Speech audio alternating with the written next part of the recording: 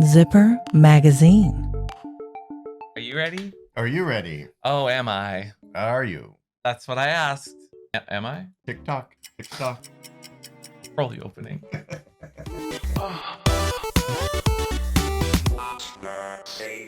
Hello, and welcome back to What's Safeword? I'm Am. I'm Miss Kristofer. And today, TikTok is not just for thirst traps and weird lip syncing and dances. Give me your best TikTok dance. Good. Okay, less gyrating. We don't want to get age restricted. We're going to react to some KinkTok today. KinkTok is kinky TikTok. And we are working with a special sponsor today who actually brought us a huge list of KinkTok's Zipper magazine. Let's go. Oh, well, hello there. Could I perhaps interest you in some game? Excellent. Come along now. Don't be shy. Was that it? Yeah, did you not enjoy that? Who are they supposed to be? Hello there. Hello there. Hello there. Misspelled gay, though. Good, astute recognition of certain things that are homophobic policies on this platform. Oh. Hello there. Hello. Hey, Pickles Cage, you want to hear some kinky dad joke? Why, yes, I do.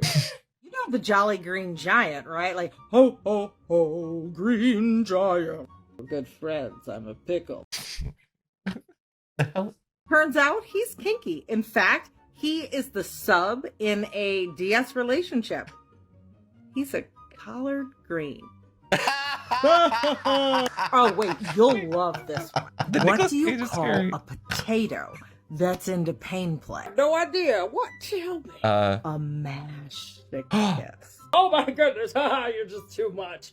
You really think so, Pickles Cage? I'd love to end up on one of those What's the Safe Word TikTok review videos, especially one where they talk about Zipper Magazine. You know, the digital kink magazine that I just so happen to be the editor-in-chief of. Okay, this is Sunny Wow. Megatron. That was a No. flaw. Oh, Sunny breaking the fifth wall. Okay, for one, the first joke got a snort out of me. You did. That means it was funny. Mhm. Collard greens. I'm gonna have to remember that one. That's a good dad joke. And it's a perfect call to action to where we've gotten a good chunk of these TikToks today. Zipper Magazine, who is someone that we are working with and collaborating with very closely to make sure that we don't only educate the kink community, but we do comedy, we do information, we make sure that people are aware of like what's going on. And it's a brand new site that you can check out in the description down below. Perfect. Yeah, we'll link them. I will link you to the article that a lot of these TikToks are actually from. It was a good slew of fun, funny, silly, but also informational, as you'll see as we go through this. I still like collard greens.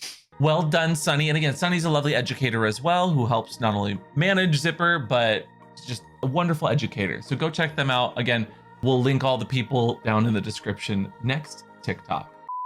It's a question that says, you have to start as a submissive, only then can you become a dominant. Okay, let's see what they say. This particular one is oftentimes pushed by people within the kink community. Sometimes.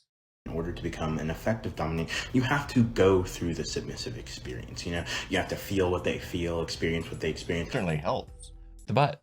when it's like, but The truth of the matter is, while this might work for some people, it is not an across-the-board thing. For those coming into the lifestyle as dominants, just because they don't go through the submissive experience doesn't make them any less empathetic or good or caring as dominants. Sure. So I agree. Here's the butt. But what was funny? Are they supposed to be funny? Sometimes it's not funny. Oh, It's okay. educational. It's just educational. There will be funny things in here again. So it's not like our stuff, educational and funny. They spell submissive. Dollar With signs. dollar signs, So that's the so- submissive has to pay you.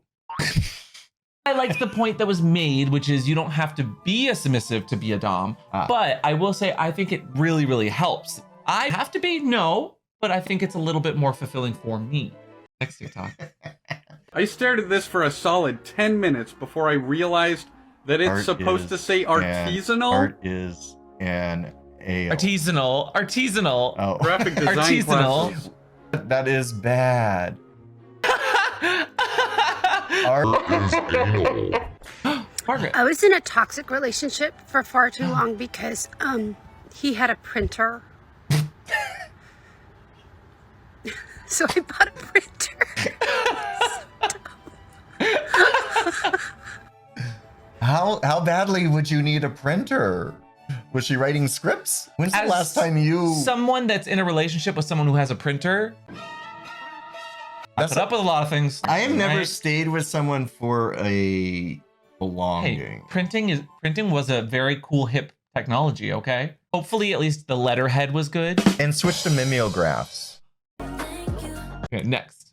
When I first came into the scene, there was all this submission is a gift, submission is a gift rolling through, as in, you know, my submission is a gift. And I understand that the point of this was in order to elevate submission to something precious. I usually agree to that. Here's my issue with it. A gift is something that is given unconditionally with no expectation of reciprocity. At least a good gift is, correct? If your submission is a gift, something you're giving away with no expectation of anything in return, guess what's gonna happen, mother? Burnout. Call your submission many things, but please reconsider if you are one of these submission as a gift people, because you should sure as be getting plenty in return. Actually, I agree with that. I've never thought of it that way. I like that take. No, honestly, because I've referred to that before. And I've said that before, submission is a gift. But when you think about it that way, that she kind of flipped it on its head and then, you know, gave it some love.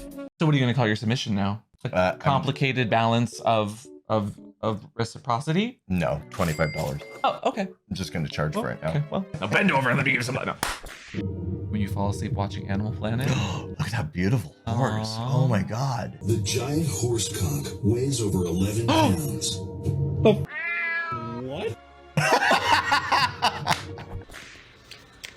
Hi.